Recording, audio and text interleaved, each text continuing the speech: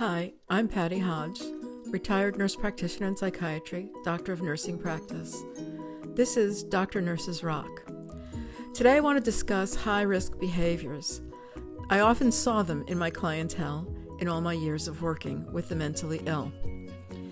These behaviors not only harmed them, but had the potential of harming other people around them as well.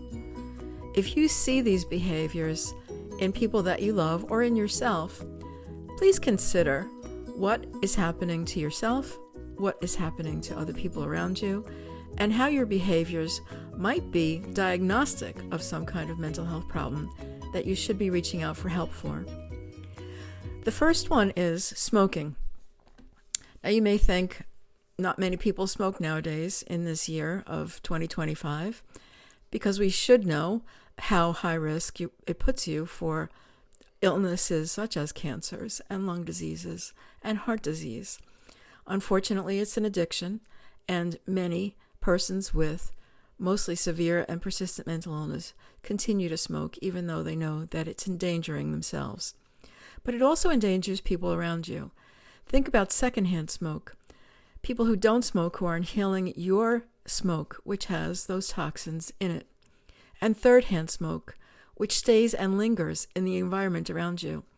So in your home, in your curtains, in your furniture, in your clothing. Yes, those are harmful still.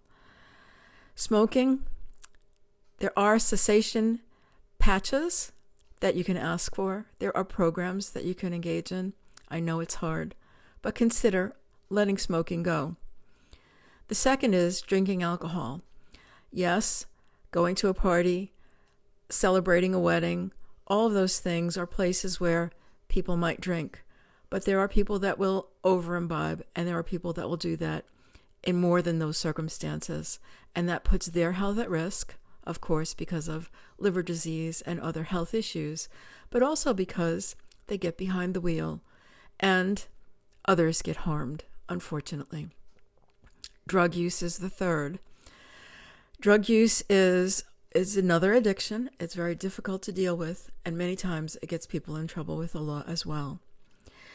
The other behaviors that put people at risk and other people that they may care about at risk are risky sexual behaviors. Again, hard to think that with all the education that's out there, people might still not know to use protection to protect themselves against sexually transmitted diseases.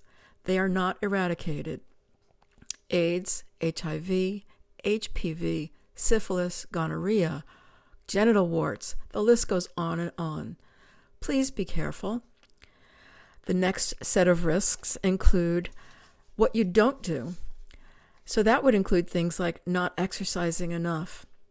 And the health benefits of exercise are well documented, and the risks of not exercising are well documented. Be healthy. Engage someone who cares about you and take a walk. The other is poor diet. And often that goes hand in hand with mental illness because of lack of resources, funding, money, access to food.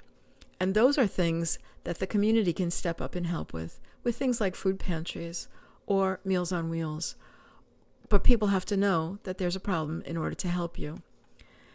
The other problems in mental health that I saw often that were high risk were self-harming behaviors.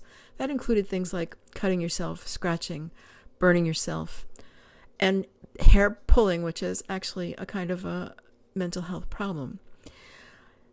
Impulsive behaviors and reckless behaviors, which can lead to violence and to accidents and to other harmful behaviors and things that you may think are not so damaging but can really do harm to others. And the last is the lack of screening for diseases. Oftentimes, persons with mental health problems put their medical health last. That's very difficult to contend with as a provider because we know that many health issues, physical health issues, can mimic mental health problems.